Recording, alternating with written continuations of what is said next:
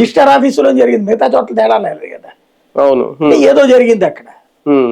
కానీ ఎంతవరకు ఇలాంటి, అంటే ఇది కుంభకోణమే అనాలి ఒక రకంగా, ఎంతవరకు ఇలాంటి జరగలేదు. నిజంగా లోతుకెళ్తే ఉంటదా ఇందులో కోట్ల రూపాయలు చెప్పాలంటే ఇందులో దొరికినోడిని కాల్చి చంపేయాలి.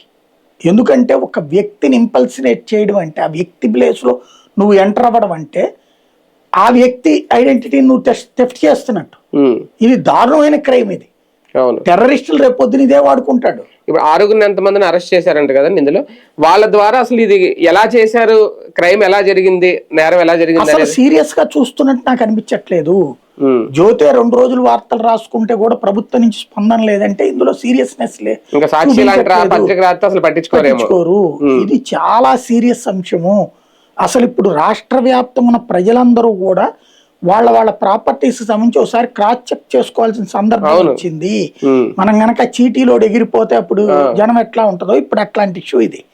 ప్రతి ఒక్కళ్ళు అర్జెంట్ గా ఈసీ తీసుకుని మన స్థలం మన పేరుతో ఉందా లేదా అని చూసుకోవాల్సిన టైం ఇది. అవును అవును, ఒక రకంగా ఇన్సెక్యూర్డ్, అభద్రతా భావంలోనే ఉండాలేమో ప్రజలు. రైట్, చూద్దాం. నిజంగా ఇది చాలా సీరియస్ ఇష్యూ. ఎందుకంటే దీని మీద ఇంకా డెప్త్ గా అనాలిసిస్ చేయాలి అంటే ఒకసారి ప్రభుత్వం కనుక ఇన్వాల్వ్ అయ్యి అసలు ఏం జరిగిందా లేదా, ఎలా